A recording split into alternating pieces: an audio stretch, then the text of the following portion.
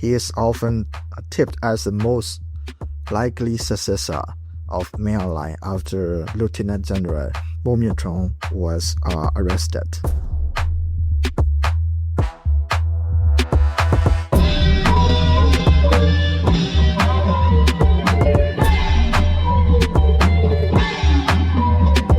Hello and welcome to episode 45 of What's Happening in Myanmar, a weekly show from the Frontier Myanmar podcast family.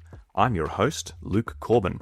It's Friday, September 19, and today we shift from our focus the past few weeks on the military's elections to the military itself as an organisation. Who are the top leaders likely to gain power if coup leader Senior General Aung Hlaing changes the regime next year or at a later date? I'll speak with Naing Min Khant, an emerging researcher with the Institute for Strategy and Policy Myanmar, that's ISP-Myanmar. But first, a quick overview of the conflict situation. The military and its supporters have continued their campaigns to retake territory it has lost since the 2021 coup, with some breakthrough successes in Bhamo coming soon after reasserting control of Asia Highway 1 in Karen State.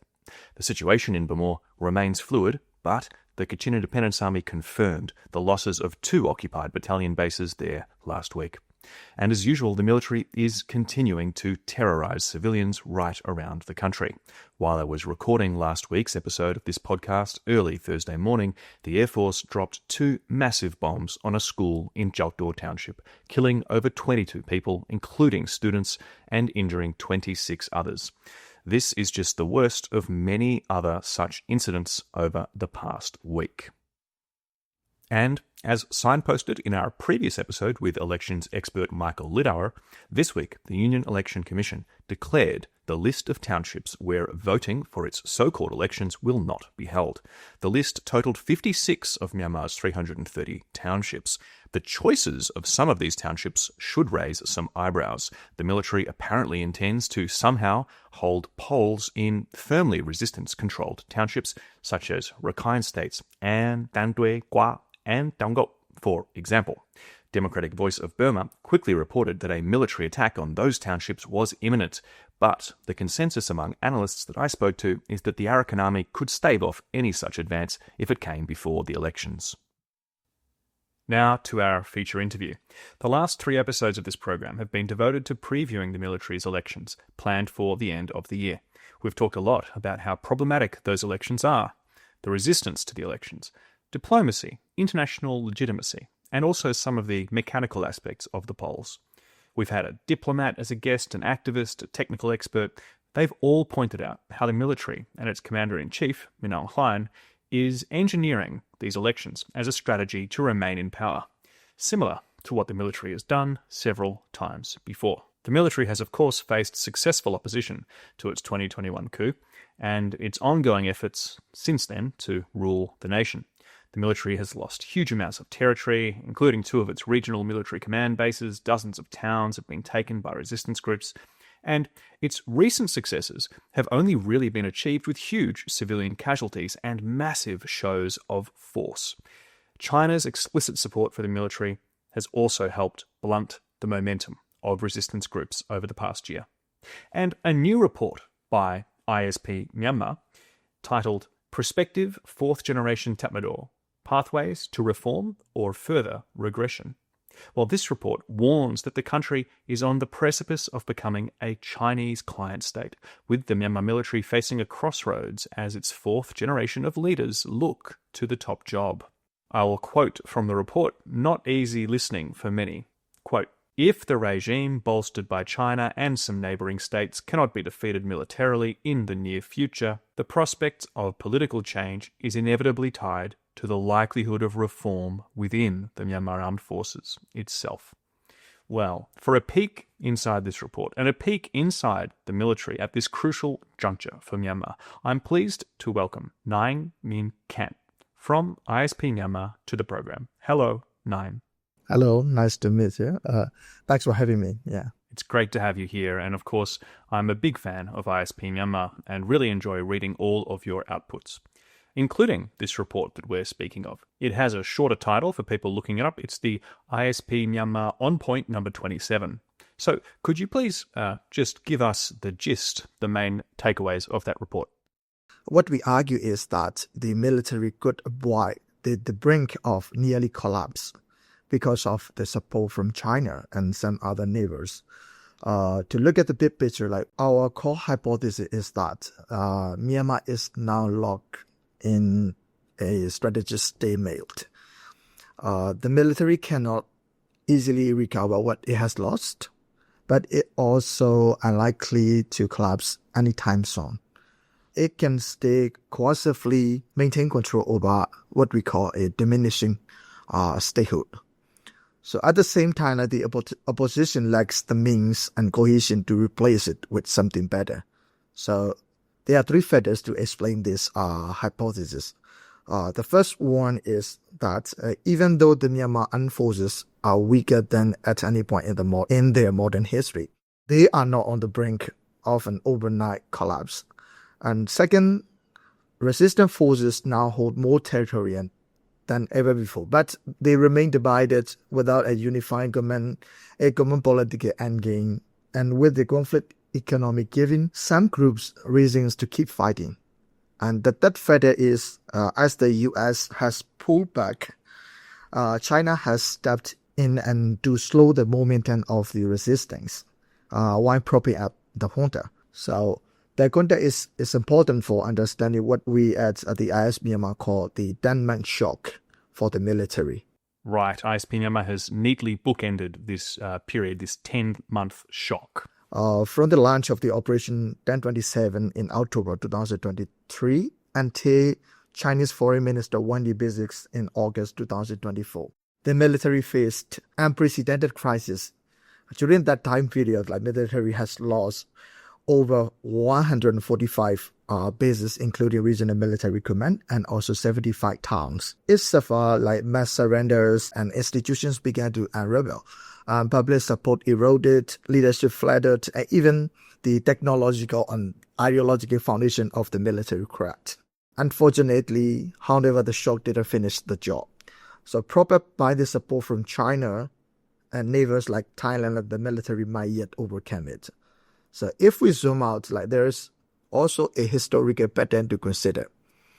Since the 1988, the Myanmar's revolutionaries have repeatedly failed to 10 big moments of social mobilization, like the 1988 Democratic Movement, 2007 Saffron Revolution, and the Spring Revolution of 2021, and also in terms of election, landslide election victories in 1990, 2015, and 2020, and even and advances like the Operation 1027, they failed to 10 big moments of social mobilization into lasting political change.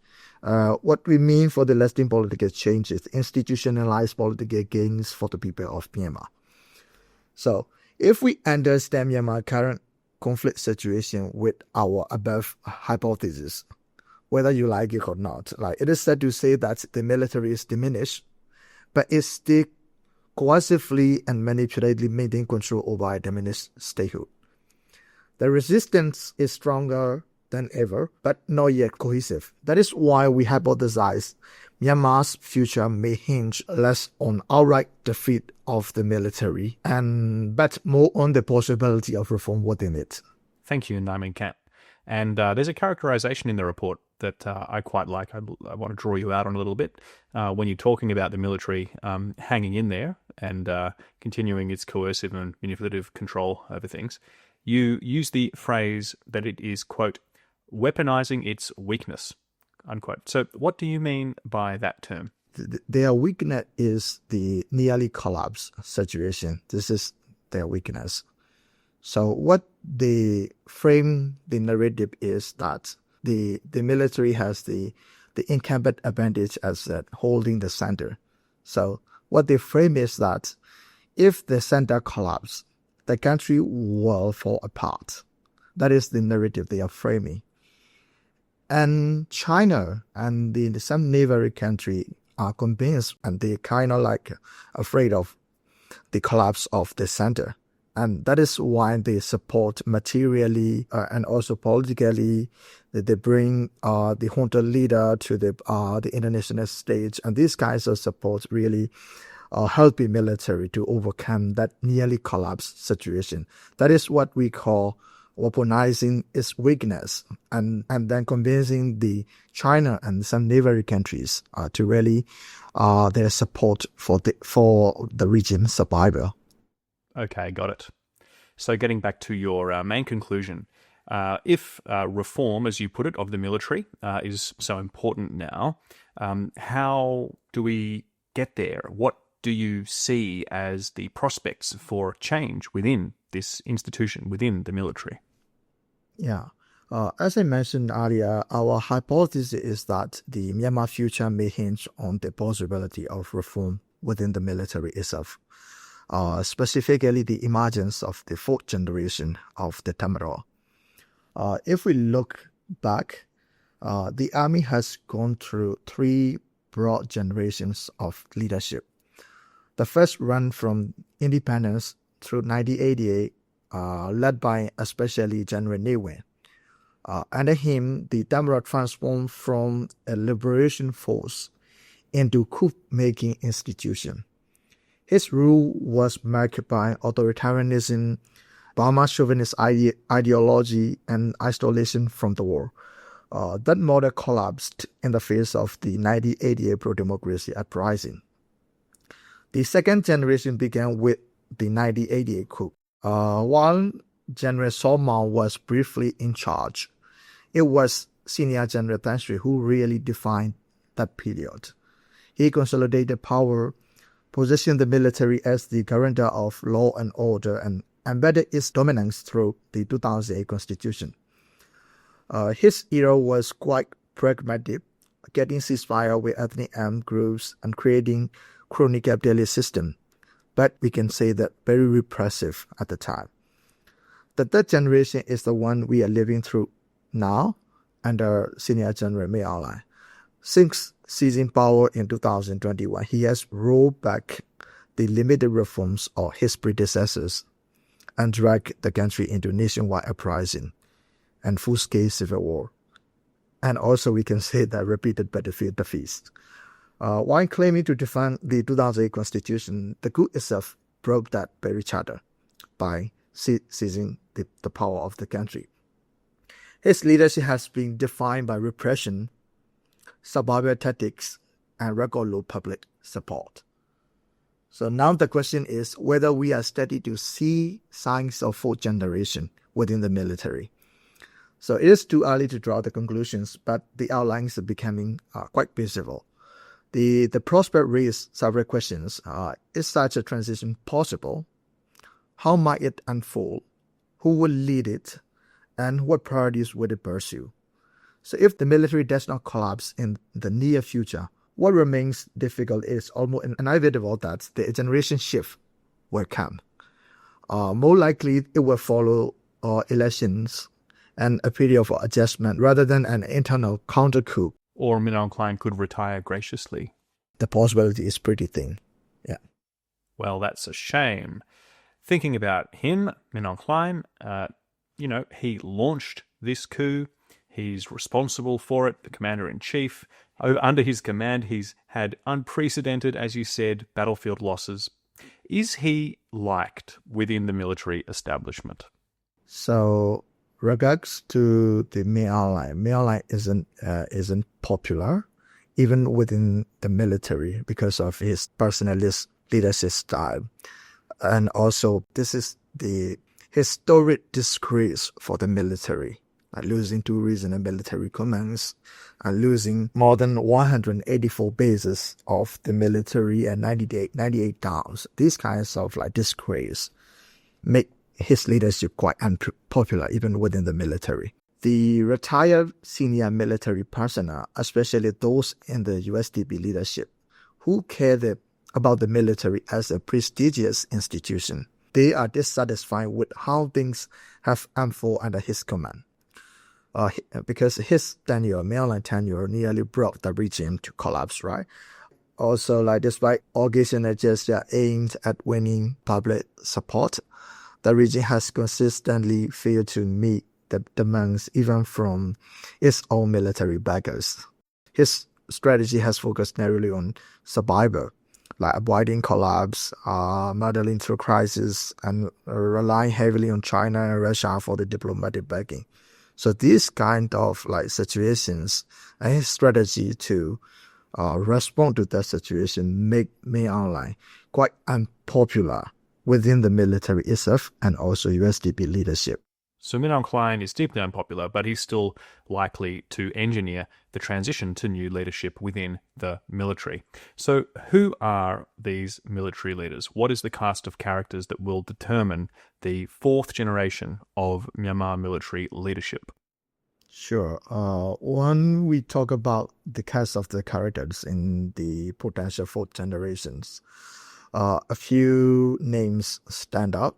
The first one is the General Joshua Lin, who is the third in command of the military, now holding Joint Chief of Army, Navy, Air Force position. He is often tipped as the most likely successor of Min Aung Hlaing after Lieutenant General Bhamo was arrested. But the history tells us that those who look too pure that do not always end up on top. Another names the younger leaders from the DSA batch 38, like figures like the Lieutenant General Kokou, who is the chief of the BSO-1 and who is also main key negotiator with the Northern Alliance Group, and also Lieutenant General Tan Tak, who is the Chief of Staff Army and who is coming from the regional commander, and also Lieutenant General Tay Win, who is the Chief of the Military Trainee, and also Lieutenant General Zhou Heng, who is the Quartermaster General right now. So Lieutenant General Zhou Heng is also quite friendly with the current leadership, especially with the Senior General Min Aung Hlaing. He is kind of like the pupil of the Min Aung Hlaing. So these four lieutenant generals are from the DSA batch 38. So they might all be positioned to form the backbone of the fourth generation leadership. And also there is a next tier, like regional military commanders right now from the DSA batches 37 to roughly like 42. So those persons are likely to be the backbone of the fourth generation leaders who will shape the next generation of the military. Yeah. Thank you, Gornai. That's really helpful. So if we accept the premise that the transition to a fourth generation of leadership of the Myanmar military is going to be under the direction of Min Aung Hlaing, then personal loyalty will be very important, of course, and how close people are to him. But I recall a story about Min Aung Hlaing's, succession. When he was first noticed by General Than Shwe, it was for his military successors retaking Laotnain, which of course he's now lost again. So do you think that military success, performance on the battlefield, will have anything to do with how we could see the fourth generation of Tatmadaw leadership, of military leadership, shape up? Of course, we're yet to see many military successes since the coup, but we can imagine them, though, potentially retaking Rakhine State, something like that would be remarked upon within military circles. Sure. Yeah, when we look at the choice of the potential successor of the military, we can look at the historical patterns within the military. So before the departure of Senior General Than Shwe from the politics, he carefully chose, especially at the time lieutenant generals, to be his successor and also his second-man successor, like the senior deputy senior general Mao E. So at the time, Senior General Than Shwe positioned Min Aung Hlaing and Lieutenant General Min Aung Hlaing and Lieutenant General Zhou Win as their successor. Is quite interesting to see that because he chose the number one to be familiar with the office staff, the administrative staff, and also power politics within the world office, especially in the Bureau Commander-in-Chief office. And for the second in command person, he carefully chose the Lieutenant General, at the time Lieutenant General So Wen, for his military capabilities and also his brutality against the resistance at this. So first in command will need to be familiar with the power politics at the commandancy office and also how to serve the predecessor well. This is the quality these military leaders are looking for. So comparing to the departure of the Senior General Tan Shui, the recent reshuffle within the military is quite similar with that pattern. So he promoted the General Joshua Lin to the third in command position, Joint Chief of Staff. And also the Myanmar line promoted the Lieutenant General Tan Tai to the Chief of Staff Army. And also Lieutenant General Koko, he expanded the authority of the Lieutenant General Koko. So when we look at the history of the General Joshua Lin, who is likely to succeed Myanmar line, is from the 35 intake Defense Service Academy graduate. His career has been mostly administrative rather than combat focused, studying as the aide-de-camp to Vice Senior General Maui, and later overseeing these security roles around Nipiro Commandant-Chief Office. He rose quickly through the ranks, becoming the youngest regional commander in Mandalay, then Quartermaster General. When Lieutenant General Mo Mien Chong was arrested, he jointly held the position of Mo Mien Chong, Chief of Staff Army for a period until his promotion to the Joint Chief of Staff, like that highest military position. So when we look at his entire career, his career is mostly focused on the administrative and also familiarity of the power politics within the War Office. But comparing to the Lieutenant General Koko U and the Lieutenant General Tan Tai, so they are quite combat focused because they have lots of experience in the different military operations, especially in Sakai region and also Kachin State, and their brutality is quite scary. We have seen many massacres under the command. So in the consideration of choosing the potential successor of the military, they choose that kind of binary people, one with who understand the War Office politics very well and who are capable of committing brutality against the resistance forces and overall the general public. This is the pattern we have seen. So to answer your question, candidate focus is one of the factors. However, when we choose that kind of like haunted leadership choose the successor, they definitely look at how that person can serve them very well, can serve their interests very well, can protect their survival very well. And to do those jobs, that person has to be familiar with the power politics within the military.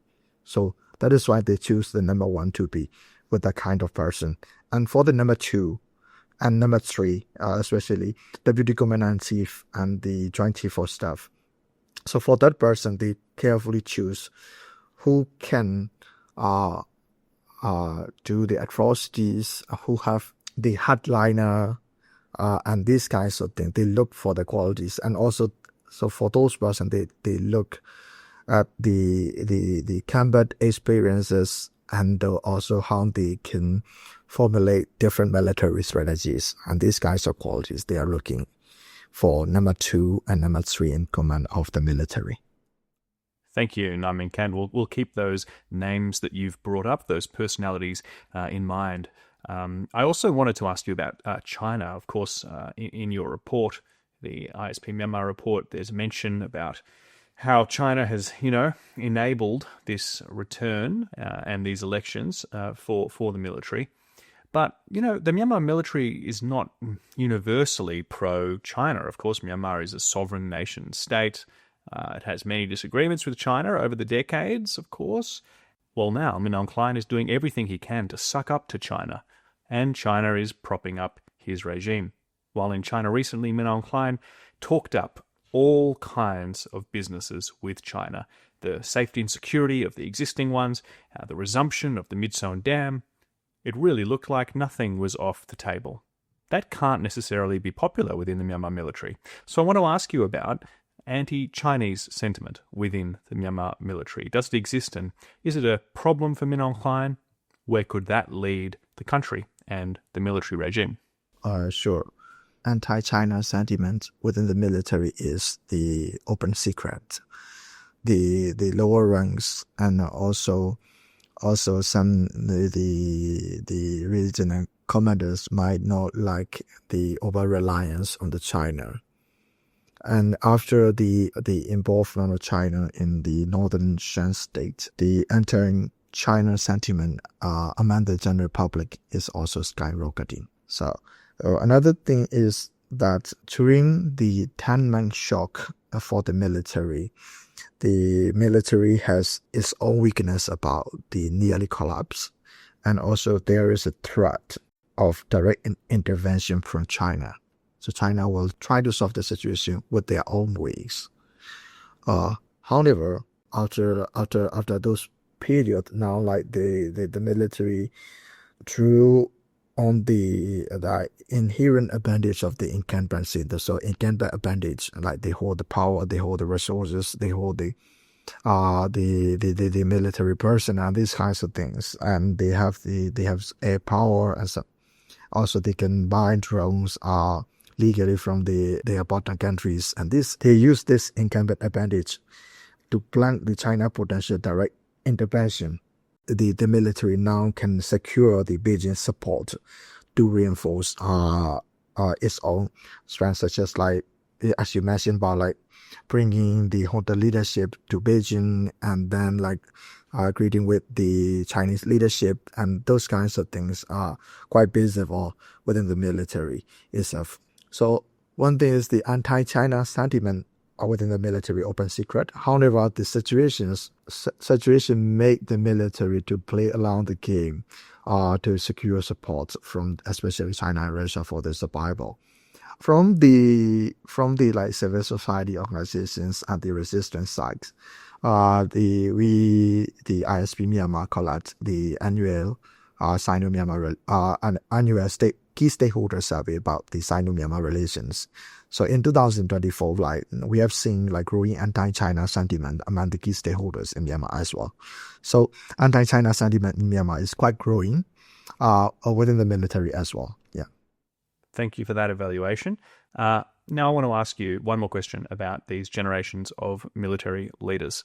One of the factors that often gets talked about behind the changes after 2008, 2010, 2012, is that the second generation, as you call them, of military leaders, some of them still had, some of the few remaining ones, still had Western military training, education, fluent English, and that was a factor in the conversations that were had amongst military leaders that, finally led to the approach that was taken by Thein Sein. Now, that's changed, I think. Are there any remaining people in power in the Myanmar military that, have this more fond view of Western militaries? That's the first part of the question. And the second is, do the foreign education opportunities, affect the politics within the military and how it functions? Of course, since the coup, those opportunities have been really restricted to Russia, China, Belarus. Yes, there's some evidence that most of the especially younger leadership in the militaries are quite trained from the Russia. As one person is quite particular is the Zhou Zhuoye, who is the close advisor to the military. He's quite lower ranked, however, hold the important position in the military. So we have seen these guys are like the close advisory group to the senior general Naing Min Khant, and most of them are trained in Russia. So So that is the one particular thing. There might be like Western graduates, the people in the military. However, it's quite interesting to see the divisions within the military itself. Like you are from you are Russia graduates, you are the China graduates, and you are from the Defense Service Academy. You are from the ODS and OTC. This is the different training schools within the military. So these kinds of divisions are quite visible within the military itself. So also the Myanmar military history is kind of like the leadership is quite suspicious about the trainings those younger officers have from the different countries, Russia, China, or the Western countries. So most likely, like when the leadership think of like choosing the successors or the next generation of the leadership, what they kind of doing is the grooming the next generation. So mostly like these, the top level officers are quite familiar with what the leadership, especially the senior general, may want for the military. So the current situation of the prospects of the fourth generation of the Demiral is that. So they kind of like stay quite low within the military, because like if they kind of like a popular, they will be eliminated, like the Lieutenant General Mo Min-tong or something like that. So they trying to serve the mainland very well. However, like as our report also state that the bad ways to reform or further regression. So the trends we are watching. So what trends or moment should we be watching for the fourth generations? So I would like to highlight like three things for the fourth generation. First, like whether these emerging generations are there to move beyond mainland's shadow. So that would mean like putting the institutions of the Demiral first, rather than the personal or patronate interests of the woman. In that way, that is the one pathway of the first. This is a three process thinking. So the first step is there's to move beyond mainland's shadow, and the second thing is whether the army begins a genuine retreat from politics, something we, the Myanmar public, have demanded for decades. That retreat could happen in stages, and it will depend on two main factors: the balance of power, including the battlefield outcomes, resources, and the foreign alliance, and also the negotiation skills of both the military and the resistance forces. This is the second thing. And the third thing is this is the final stage. Whether these ships open the door to real security sector reform. That would mean the restructuring the military to serve the state rather than like dominating it, and that ultimately creating the conditions for a more democratic order in Myanmar. So these are the three trends we should be watching from the fourth generation of the military leadership for but weeks to reform. The chances of these scenarios is pretty thin. However, we should be watching whether this coming generation would dare to go beyond the mainland shadow and genuine retreat from the politics. This is second. And would dare to open the door to real security sector reform. Yeah, that's really interesting.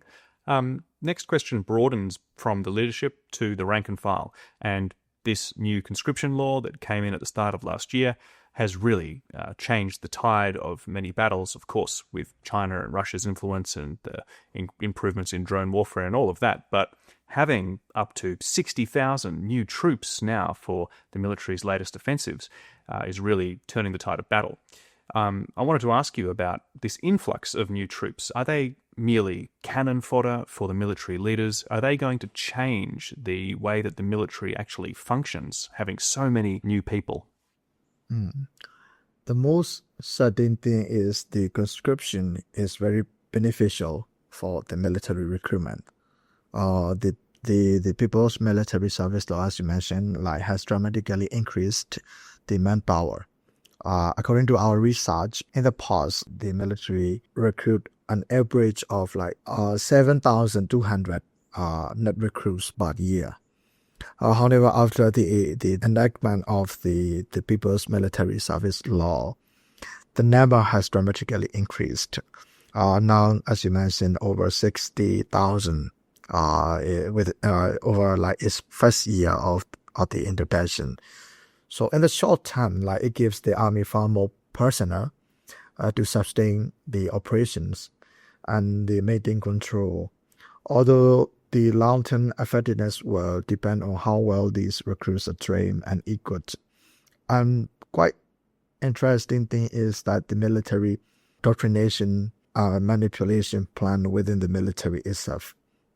So it's quite difficult to see significant shift or direction within the military because of this numerous personnel falsely recruited to the military. Because as we see, like top level leadership and also the prospect of like fourth generations largely the focus on their survival, their interests and their patronage network. And so it is quite difficult to hope for like significant visible shift or direction within the military. That is for the military part. For the society, like this large-scale conscription could escalate the militarization. That's for sure. Like tens of thousands of young people are drafted to the military, so they lost their civilian life. The person who have the resources, like they will flee from, they will definitely flee from the country and go to the other neighboring countries as long they can. And another interesting thing is that so it also creates the social tensions within the community itself. So inequality among the families can lead to the tensions, and also like now family has fewer and fewer resources to resist the conscription. And another interesting thing is that the siblings may even end up like set against one another. Maybe one person get recruited to the military and another person is fighting against the military. And so this is the very sad situation to see like siblings set against one another. And also some of our analysis indicates that, so let's say if one member of the family are drafted, it is quite likely those family dare to counter that effort. And also like their son or their daughter, especially the son, will be in the military with the close scrutiny from the people who are holding guns. Of course, like those people who are drafted will not will try to resist it, but the situation make those things impossible within the military. So this is kind of like a very sad situation for the society impacted by that forced conscription. Yeah, for sure. Thanks for bringing up the wider effect on society as well. Now, the next question I want to ask is regarding a call in your report for something you term napiodology, which is a play on criminology, of course. Yes. Which was a sort of shorthand term for trying to understand what was happening in the Russian elites of the USSR during the Cold War. Now, how does one do napiodology? I understand that you think it's important given what's happened and what you've talked about here, but how can you actually do it in a system where a military dictatorship that is constraining the information environment so much, that is so insular? What are the tools that you use for napiodology? If you're making a call for it, how can we do it? So the ISP-Myanmar has produced a napiodology series, attempt to understand what is going on within the military and how these changes impact the country. We look at three things.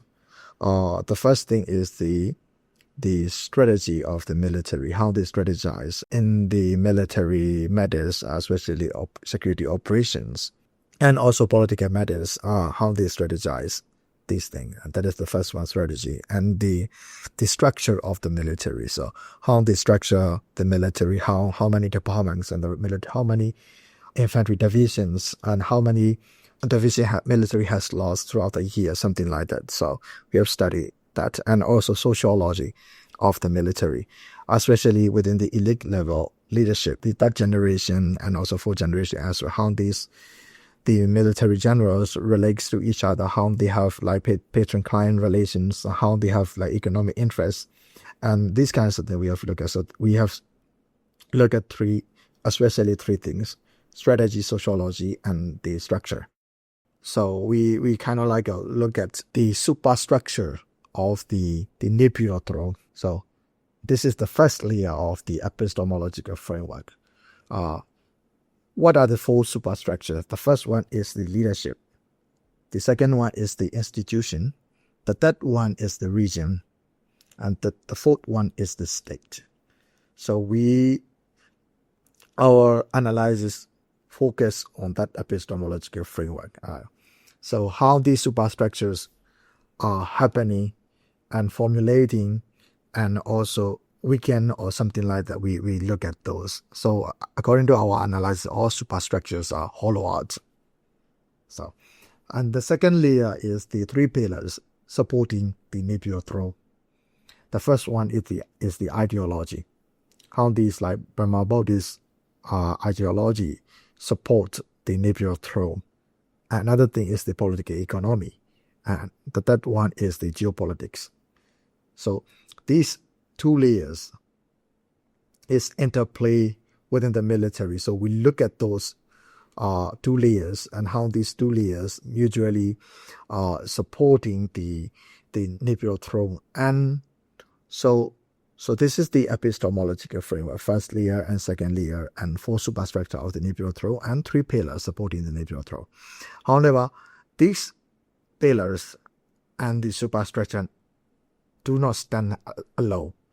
They are happening in storming political climate with the like armed resistance and the non-cooperation within the military, especially like defectors and who join the civil disobedience movement, the military personnel, and these kinds of political climate. So this is the epistemological framework we have used to study the nebulology.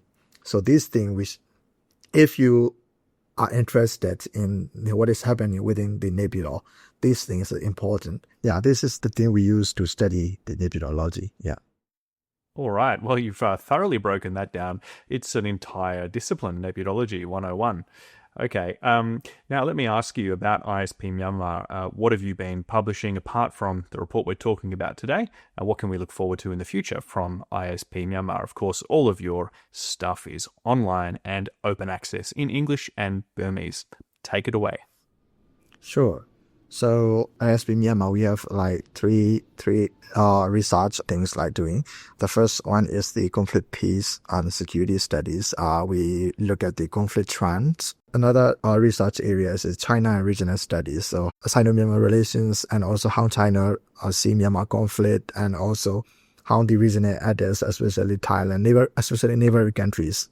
So we study those areas. And the third study area is the socio-economic situations, especially mainly in the country. What is happening, like how the market price and how the situations, how the people feel about the current situation they are experiencing. So based on those three areas of studies, like we recently produced 5 sets of like trackers about the Myanmar situations. The first one is the conflict peace and security tracker, which analyze the conflict trend and how many which areas are the most heavily bombarded, and which areas have like military committed massacres and these kinds of things. Another one is the stakeholder tracker. So we focus on how stakeholders are engaged in Myanmar conflict, not only from the resistance side but also the military side as well. we look at the trend and we analyze and we produce a report about that. Another one is the socio-economic trigger, like how the situations are, especially socio-economic situations in Myanmar. Another thing is the governance trigger. So in the past, like the resistant actors has more territorial control and they try to govern those areas. So we call it territorial governance initiative. So we study those and then we produce reports. Another thing is the mediation trigger, how these international actors, especially like China, Russia, and also ASEAN, and these kinds of actors like try to do conflict de-escalation, especially de-escalation in Myanmar. So we focus on those areas and produce those 5 trackers monthly and also all the year round. We will produce you can hope that kind of product from our side. Another thing is the situation brief and policy brief and the flash update from our product. So situation brief is kind of like when we see an event, we try to make sense of it. So in that, we analyze the situations and then we try to produce one situation brief, which is longer version of the more longer than the triggers and more comprehensive, and also policy brief as well. Another thing is the flash update. Flash update is kind of, for example, when we see an event, we try to analyze it and trying to make a comprehensive analysis and produce within like 72 hours. So in that way, like the people and also the person who try to understand the situation kind of like make sense about it. Another initiative, another output is the ISP column. So this is the platform for debate and also new insights for the people. We invite manuscript from the different people. Like it's kind of like two pages. You can also submit different people, especially people in the Myanmar want to think of something that they can write it, they can submit it through our website, ISP column. So we review it and then we produce at our ISP column. It is kind of like a public forum. So people try to find out new issue, new insight, new socio-economic issues. You can look at our website, so you can see the initiatives. Yeah. Thank you. That was an exhaustive list. Now I wonder, cheeky question, if you know, do any of the generals in Naypyidaw read ISP-Myanmar? I'm not sure. It's difficult to tell because so our analysis about the Naypyidaw focus on the secondary data, especially the newsletter articles and the new news pieces, like new videos from the MRTV and something like that. So when we look at one piece, like one leading general do not wear military uniform in one ceremony, or this might be something. So let's dig in and then find out that he might be removed from his military position, or maybe he has some sociological problem with the current leadership and something like that. We do that. So we do not engage with those the from the side of the military. So we only focus on the secondary secondary sources. Another thing is that we also engage with the military personnel who joined the civil disobedience movement, CDM personnel. It's quite interesting to learn how they think of the military as well. So that is why we engage with those people. Yeah. So I'm not sure whether the leadership will read it or not. Our responsibility to produce comprehensive analysis of the meteorology. Yeah. Okay. Well, thank you for indulging me on that. And also for coming onto this show, What's Happening in Myanmar. You've given us so much of your time which should be spent on researching and writing your next report about all the latest happenings in Naypyidaw. So thank you, Naing Min Khant, for joining What's Happening in Myanmar, and hope to talk to you again soon. Thank you so much. And thank you, listeners, for sticking with us to the end. A reminder to check out the new content on the Frontier Myanmar website this week. There's a great new Q&A on there. As well, there's a new episode of the Do Atan Sister podcast that's focused on human rights and bilingual in both English and Burmese. This latest episode is about Myanmar nationals who've spent years in refugee camps in Thailand awaiting resettlement to the United States, now facing increased depression and other mental health issues since the US President Donald Trump halted the US's refugee programs. All right, until next week, take care and farewell.